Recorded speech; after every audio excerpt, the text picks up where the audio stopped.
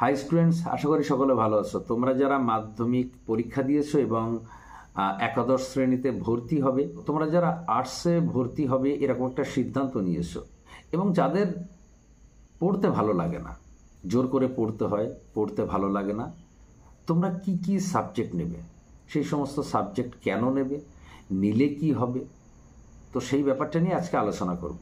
প্রথম কথা হচ্ছে যে তোমাদের বাংলা এবং ইংরেজি কম্পালসারি, মেন সাবজেক্ট তিনটি তোমাদেরকে নিতে হবে, পাশাপাশি একটা ফোর্থ সাবজেক্ট, ওটা পরে আসে।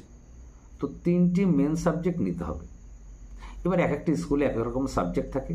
তো অধিকাংশ স্কুলে যে সাবজেক্টগুলো থাকে তার মধ্যে মনে করো হিস্ট্রি থাকে, পলিটিক্যাল সায়েন্স থাকে, এডুকেশন থাকে, ফিলোসফি থাকে, কোথাও কোথাও জিওগ্রাফি এবং অন্যান্য থাকে। এখন আমি যদি প্রশ্ন করি যে তোমরা 5-6টা সাবজেক্টের মধ্যে 3টে সাবজেক্ট বেছে নাও, তাহলে বেছে নেওয়ার মাপকাঠি কী হবে? বিভিন্ন মাপকাঠি থাকতে পারে। তো প্রথম কথা হচ্ছে তোমার কোন সাবজেক্ট ভালো লাগে। এখন তুমি তো কখনো পলিটিক্যাল সায়েন্স পড়োনি, ফিলোসফি পড়োনি, এডুকেশনও পড়োনি, তাহলে এই সাবজেক্টটা তোমার ভালো লাগবে না ভালো লাগবে না এটা তুমি আগে থেকে জানো না। সুতরাং এই সাবজেক্টটা ভালো লাগে তাই আমি নেব, এরকম অপরচুনিটি কিন্তু তোমার সামনে নেই। একটা সাবজেক্ট ভালো লাগে, সেই সাবজেক্টটা যদি তোমরা উপলব্ধি করতে পারো, যদি বুঝতে পারো, তাহলে সেই সাবজেক্টের প্রতি তোমাদের একটা ভালোবাসা জন্মায়। আচ্ছা, এবার তোমার দ্বিতীয় মাপকাঠি হতে পারে যে তোমার যেমন মেধা তুমি তেমন সাবজেক্ট বেছে নাও। এখন প্রশ্ন হচ্ছে তোমার মেধা কতটা তুমি জানো? জানো না। তোমার মেধা সম্পর্কে তুমি যদি সচেতন থাকতে, তাহলে তুমি এই পৃথিবীকে জয় করতে পারতে। দেখো, কিছু কিছু শিক্ষার্থী থাকে যারা গড গিফটেড, এরকম হাজারে লাখে 2-1জন ব্যতিক্রমী বাদ দিলে আর বাকি সমস্ত সাধারণ শিক্ষার্থীর মেধা সমান। তুমি পড়াশুনো করলে তুমি মেধাবী, তুমি পড়াশুনো না করলে তুমি মেধাবী না। সুতরাং তুমি মাধ্যমিকে কোনো একটা কারণে, সে তোমার পড়তে ভালো লাগে না বলে তুমি কম নম্বর পাবে, তার অর্থ এই নয় যে তুমি কম মেধাবী, তার অর্থ এই নয় যে তোমার মেধা কম। তো আমাদের সমাজে অনেক মানুষ আছে যারা হয়তো মাধ্যমিকে ঠিকঠাকভাবে পাশ করতে পারেনি, তাদেরকে বলা হয় তাদের মেধা নেই। অথচ তাদের মধ্যে অনেকেই পরবর্তীকালে শিক্ষাক্ষেত্রে এত উন্নতি করেছে যে সবাইকে টপকে বেরিয়ে গেছে। তাহলে তখন তাদের মেধা কোথা থেকে এলো? আসলে যে আমরা বলি মেধা মেধা মেধা, এমন কিছু না। তুমি পড়াশুনো করলে মেধা, পড়াশুনো না করলে মেধা নেই। সুতরাং ওই তোমার মেধা খারাপ, তোমার মেধা ভালো, এই মাপকাঠিতে তুমি কিন্তু সাবজেক্ট চুজ করতে পারবে না। আচ্ছা, তাহলে বাকি থাকে কি?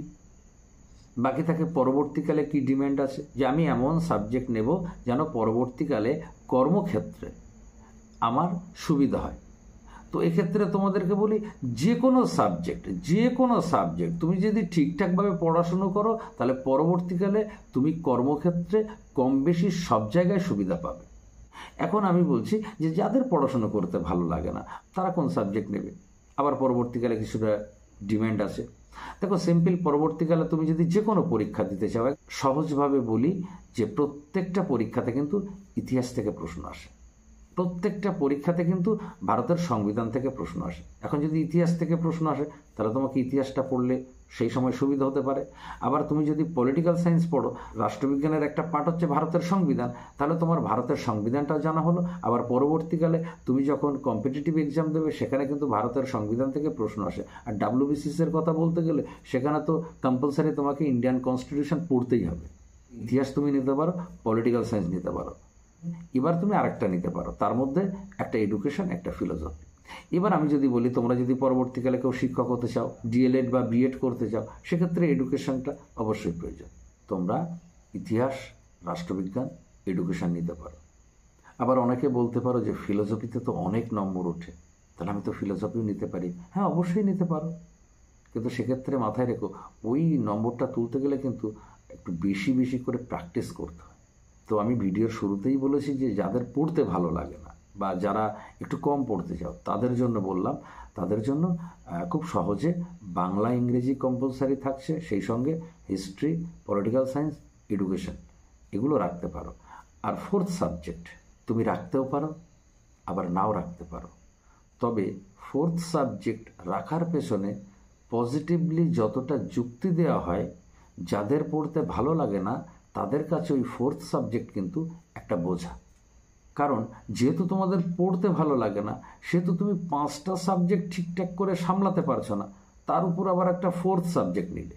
এক্ষেত্রে একটা যুক্তি আসে যে তুমি যদি ফোর্থ সাবজেক্ট নাও তাহলে যেটাতে সবচেয়ে কম পাবে সেটাতে ফোর্থ হবে, আর যেটাতে বেশি পাবে সেটা তোমার মেন সাবজেক্ট হবে। কিন্তু যারা খুব কম পড়াশুনো করে তার কাছে একটা এক্সট্রা সাবজেক্ট মানে সেটা কিন্তু বোঝা। এইটুকু তোমাদের বলার, বাকিটা তোমরা তোমাদের মতো করে বেছে নিও। তো সবাই ভালো থাকো, সুস্থ থাকো, ধন্যবাদ।